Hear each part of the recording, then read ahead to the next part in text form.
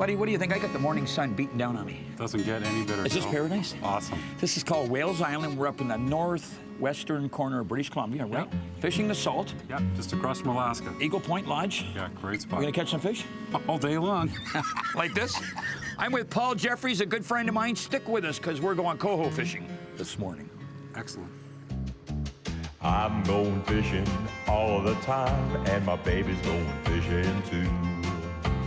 Bet your life that your sweet wife can catch more fish than you. Any fish will bite if you got the right bait. Now here's a little something that I'd like to relate. With my pole and my line, I'm going fishing. Yes, I'm going fishing. My baby's going fishing too. Going Fishing with Darryl Choronzey is brought to you in part by Ontario, more to discover, Yamaha Motor Canada, and by Montana's Cookhouse.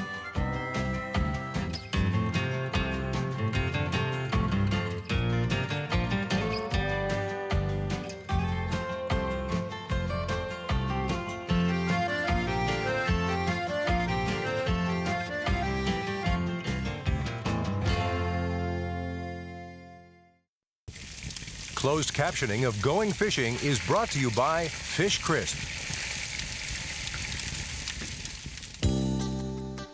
Profiled as one of the province's top lodges by BC Sport Fishing magazine, Eagle Pointe Lodge is also one of Choronzey's favorite British Columbia destinations when it comes to the big fish, and plenty of them. Located 30 miles north of Prince Rupert, BC, and 55 miles south of Ketchikan, Alaska, Eagle Pointe stands alone on the lush Wales Island, almost straddling the international boundary of Canada and the United States. In fact, if you toss a stone from the lodge's dock, it's likely to fall into U.S. waters. The surrounding forests are a beautiful inside passage to the edge of the famous Misty Fjords National Monument. The lodge may be named for its abundant population of bald eagles, but to Choronzey, it's the fabulous fishing that brings him back year after year to this northern region of British Columbia. Stay with us as Choronzey and his good friend Paul Jeffery go chasing the salmon of Eagle Pointe Lodge. Darryl. Paul, he come up those 6 times. Before I get to the rod, he was already out of the water once. And we're only down 50 feet because of the camera. Nice fish. Now, that's a little better. Now, the other thing, Paul, is these fish are growing. Are anywhere from half a pound to a pound a week. Yeah, wow. You know, they're really packing on the weight. The leaper. He's a strong little guy. Yeah, they are. Nice fish. You know, this guy's just fighting to get into that fish box. But again, Paul, they're eating machines right now. Yeah. You know? They're just gonna eat and grow and eat and grow. I'm gonna bring him around. Well, let's Paul. bring him in. Yeah, we're gonna put him on ice. There's a nice fish. Now, Paul, like I was saying, okay? Yeah. The coho. Right about this time of year, they're gaining anywhere from a half a pound to over a pound a week. Wow. So all they're doing is eating. Now, this fish is gonna go, I don't know, maybe 10 pounds, 11 pounds. But within a month and a half, he's going to go 15 to, you know, maybe up to 20 pounds by the middle of September. Wow. Nice fish. Nice thick fish, eh? Oh, sweet. Great on a barbecue, buddy. Oh, let's get at it. Let's go for it. Did you see him come out of the water? Yeah, that was awesome, eh? He jumped, what was that, 5, 6 times? 6 times. Six times. jumps. That was great. Hey, Darryl, you know, you got the strike fishing on, and is the Chinook or... is it the spring? Do they hit? Chinook's a spring, right? Yeah. Then you got the coho. Okay. Which one hits better, you know, on the herring, you know? We've watched it with the camera. Now, what you can see is a lot, the Chinook is a lot more wary than a coho. Yeah. Like, I've had Chinook with the camera sometimes follow for, honestly, 10 minutes. And it may sound strange, but we've seen these long tracking by the Chinook, where the coho sees the bait, just comes in and smacks it. Oh, awesome. And then they come out of the water like that. Well, let's get the cohos. Let's go for it, buddy. I'll tell you what, Mr. Jeffrey, I don't know whether it's a pink or whether it's a coho, but this is nonstop. True or false? Ah, very true. We've been out an hour, and this is probably the 15th fish. Don't tangle him, Darryl. He's over there. This guy's a fighter. That's what we want. You know, he's probably only 7 or 8 pounds, right? Yeah. But they keep that rod stretched. Come on, bring him in. Lots of fish. Yeah, he's going on the other side of that rod. I'll tell you what I'm gonna do. Let's take him off over there. Yeah, I'm gonna let Jonathan take him off right there. That'll go 8, 9 pounds. Yeah, It's that's a nice a fish. nice Can I fish. see that? Nice and firm. I just wanna, we had these in Lake Ontario, Paul, 60, Yeah. I'd say we put them in a 69. Yeah. It was phenomenal in the 70s on the Great Lakes. Right. But then it kind of declined. Right. But you never ever saw salmon in the Great Lakes like salmon in the Pacific. No comparison in the flesh. Oh, absolutely. These fish. Beautiful. Mr. J, whine like a madman. Let's go. Here, I'm gonna get this rod out of the way, Paul. All right. You know what? Look at this fish. This is starting to... So what's it like? You getting a little tired there, buddy? Oh, my arms are getting a little tired. Have you ever seen fishing like this, Paul? No. No. You break my rod, you're gonna be in big trouble there, buddy. We'll manage Nice that. fish. Now you got a nice coho. This Yeah. is a nice coho. That's a beauty. I'm gonna get out of your way. I'm gonna let the captain handle it. How's that? All right, let's do it.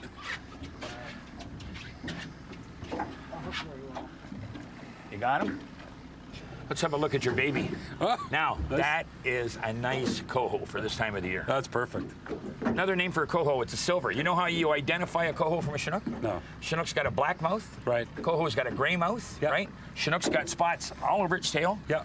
Coho's just got partial spots. Yeah, beautiful. Put her there, buddy.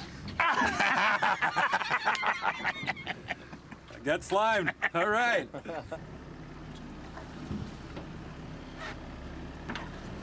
And Paul, honestly, and I say this over and over and over again, but this area really is paradise. No, that's outstanding. It's one of the most picturesque spots in British Columbia. Like, look at the mountain range. And the cloud and that just coming in off the mountains. And yeah, it's just gorgeous out here. And we can be in the States as Alaska within about a minute and a half. I don't have my passport with me, though.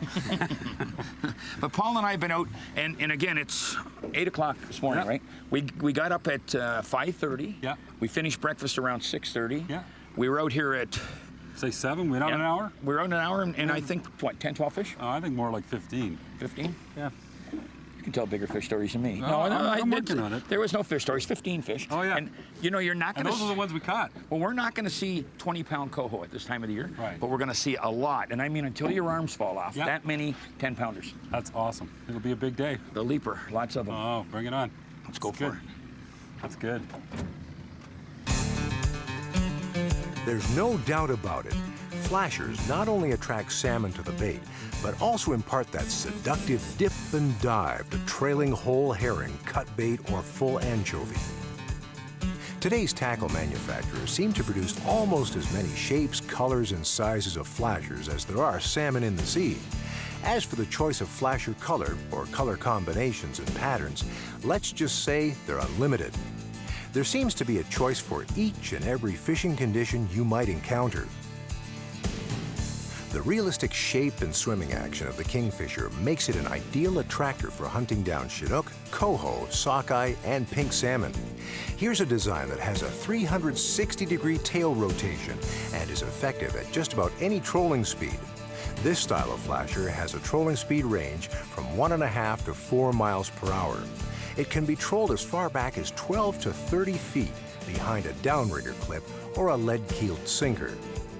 Then there's the choice of color. Choronzey's all-time favorites in the past have been the chrome fluorescent red stripe and the Candyman. There's even an entire new selection of okies called the Jellyfish.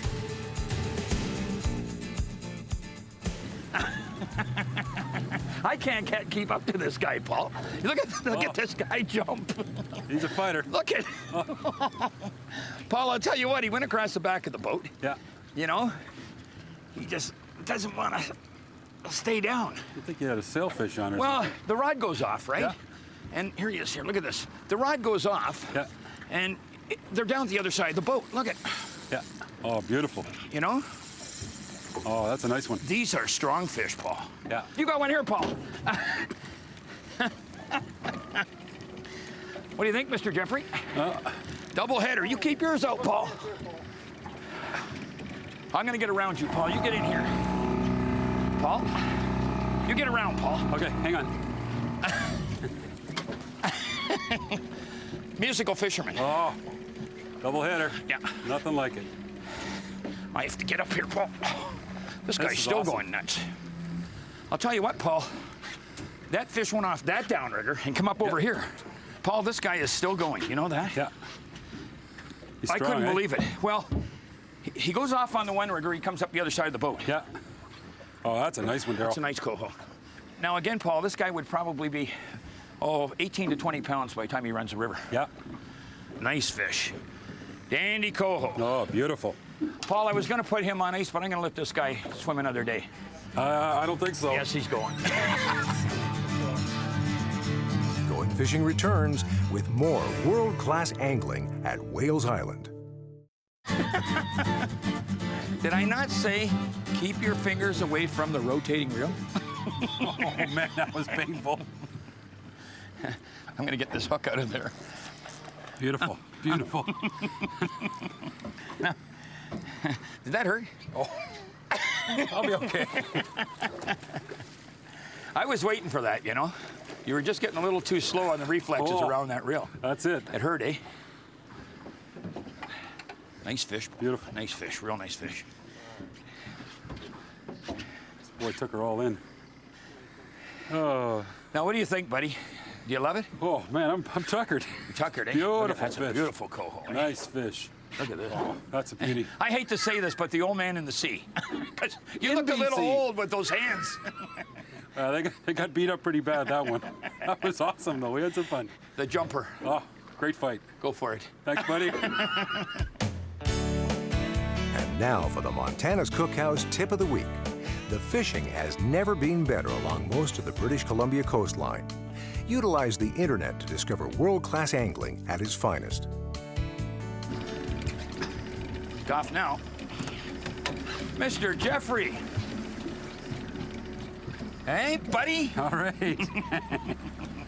Let me have a spring here, Paul. Just possible. Or is it a coho? Let's see.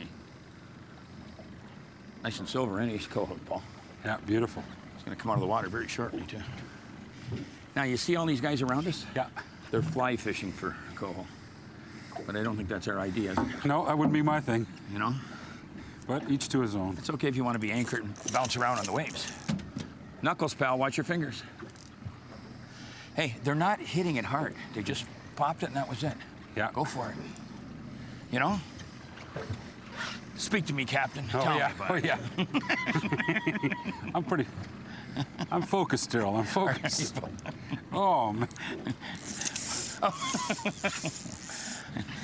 Oh, we're going to get this guy. I'd like to see him take one run, right?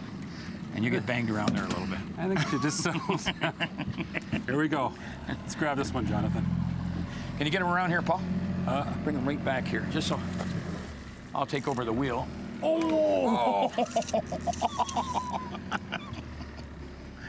Did you get it? Did you get it? No, I'm okay now. I'll take the wheel. I'll let Jonathan give you a hand. How's that? They're tough fish, eh, Paul? Oh, beautiful. Okay. A little more slack.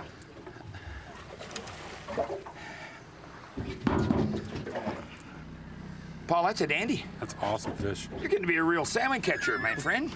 Very good. Now, Paul, you can prepare these fish, 100 different ways, but you said you like them on the cedar plank, Oh, right? it's the best. On the barbecue. On the barbecue. It's awesome. Now, you can, if you don't have the cedar plank, you can put them on foil. Yeah. You can actually fry these fish up pretty good. Yes. You can Steak 'em. put them in the oven. You can Yeah. steak them.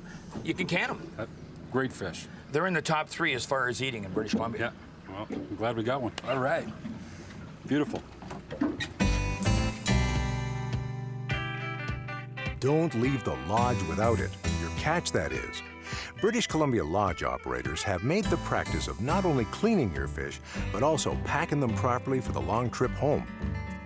Just about every guide on the West Coast has apprenticed for his trade, first as a dockhand and fish handler. There they learn how to fillet or stake out that prized catch. In most cases, the fish is vacuum packed and immediately flash frozen for the trip home. Once the fish have been frozen solid, they are packed in styrofoam coolers and carefully boxed. Processed in this manner, the salmon arrive back to your home safely and ready for the freezer. Raul Sanchez from El Salvador, right? That's right. Now, listen, I'm going to ask you all kinds of questions, but first, what are you doing in British Columbia? How come? Well, this is a beautiful country. Now we've got some spring salmon, right? Now tell me what you're going to do with it. Well, let me see how. I think I'm gonna put some tequila. Tequila. Yes. That's but, Mexican. That's not from San Salvador. No, it's Mexican. You're right. So about there enough to steam. Yeah. Enough to get everybody drunk in here. That's right. Okay. Just a little shot. What else? Okay. Now I'm gonna get some. I'm just gonna put a little bit garlic butter. Right on top in there. Garlic butter sometimes a little sticky. Okay. There you go. And put some parsley. Okay. And I'm gonna bake it. Okay, now let me ask you something. How long are you gonna bake it for, and at what temperature? It's gonna be about 12 minutes. Yeah? And it's gonna be for 400 Fahrenheit. 400 degrees for 12 minutes. That's right. The tequila's not gonna catch on fire? Oh, no. You sure? Yes, I am. Okay. Put it in the oven, buddy.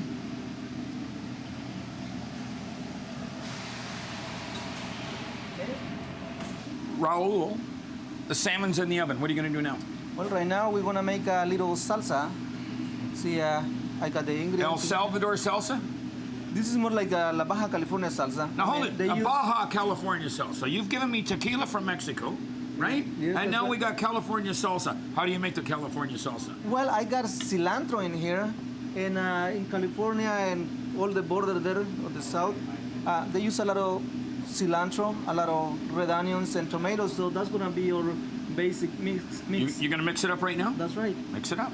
Okay, so we have there cilantro or coriander leaves, put some red onions, cucumbers, tomatoes, and there you go. And now we have some olive oil. There you go. And put a little bit more Don Cuervo. Do you have a little problem with the drinking, or do you put tequila in everything?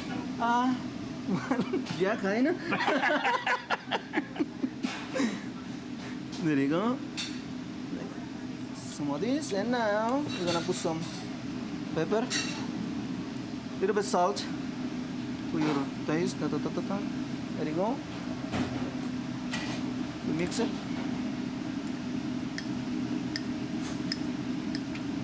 And practically that's it we got. Okay, leave it right there. Okay. We can add a little bit of lime juice. And she's ready. And it's ready. All right, buddy.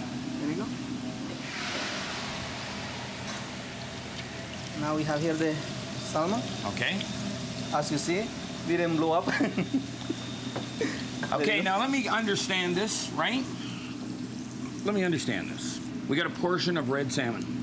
You baked it in tequila. You made the salsa, right? From California, right? That's right. And you put tequila in there. That's right. Is there any more tequila going anywhere? No, we can have a shoot, I guess, a shooter. A little something. shooter? Yeah. You keep the shooter. Put the salsa on my salmon, buddy. Okay. And Now listen, buddy, can I try this? please, my guest. With all this tequila. Yes. Okay. I probably won't fish tomorrow.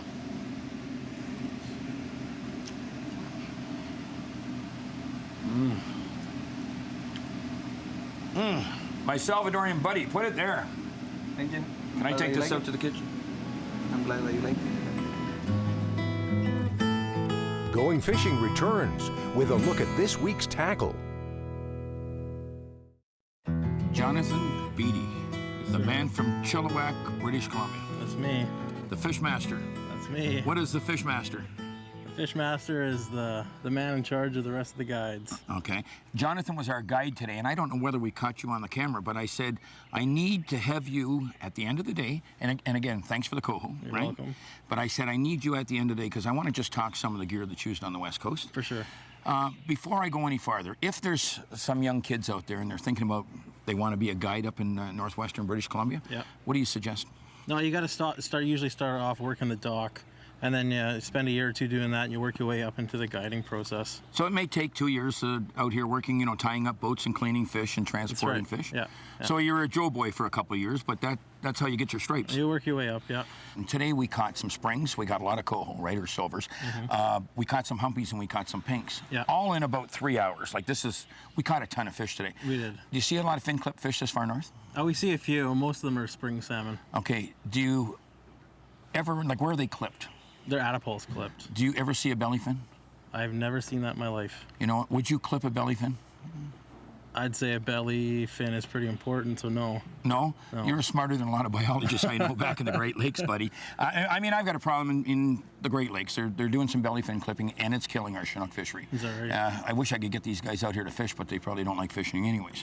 Now, real quick, and now that I've done my 2 cents, real quick, we go to the Great Lakes, and they're all using level line reels, or the majority of guys. They don't run the single action and the mooching reels in the rods, right? We're using a 10-foot rod, and we've got the single action reel. Yes. And it saves all this level winds and all this stuff, and it's a lot more sporting, true or false? It is, absolutely. You said to me today, do you want to run tomics, do you want to run flashers, or do you want to run cut baits? And I said, well, what do you want to do? He said, well, let's try cut baits. I know that a lot more people on the Great Lakes should be using cut baits. You know, they don't. It's there's some cut bait fishing out there, but it's mostly plugs and spoons. Right. Cut bait fishing is the #1 way to go in BC. I'd say yes. Yeah. Okay, so I'm going to ask you to do me a favor. Cut the bait, buddy. All right, I'll do it here. Just take your knife, face the herring away from yourself, and put your knife on a nice little angle. Go behind the gills there and just slice right through. Just work your way through. Cut the head right off. Take the head right off. It's on the angle. Take your herring in your hand, insert the knife, twist it around, and the guts should come right out, just like so. So you're left with the herring, head cut off on an angle, the guts taken out. And you just take a tandem setup of single, whatever size hooks you prefer. These are 5/0. Okay. You take your lead hook, and you insert it in the spine part of the herring, and just bring it out like so. And take your trailer hook, bring it along the side of the herring, reverse it and find it through the flesh, and you just bring it through and just slide it and bury that right back in there so it just sits in there like that. And that's a natural presentation. That's a natural wounded herring presentation. Okay. You can use the flasher in front, but you like it without the flasher, just bare it this time of the year? With this angle cut off and the guts taken out, this gives enough action to the herring, so you don't need to use the flasher. Okay. Yeah. Are we going back out tonight? You bet we are. I know we are going to have crab this afternoon. You are, yes. We haven't been out that long, buddy. This was great. Listen, if you get the opportunity, don't pass up the chance to visit Eagle Pointe Lodge. And what's the name of this island? Wales Island. Wales Island. It's far, far up in the northwestern corner of British Columbia. As a matter of fact, you can almost spit across and you're going to hit Alaska. That's Alaska right there. Thank you. I had a great day. You're welcome, Darryl. We'll see you next week. For more information on all our going fishing destinations, visit goingfishingtv.com. Going Fishing has been brought to you by Yamaha Motor Canada, Abu Garcia, and by Berkeley Trilene. Going Fishing would like to thank the following fine sponsors. Going fishing.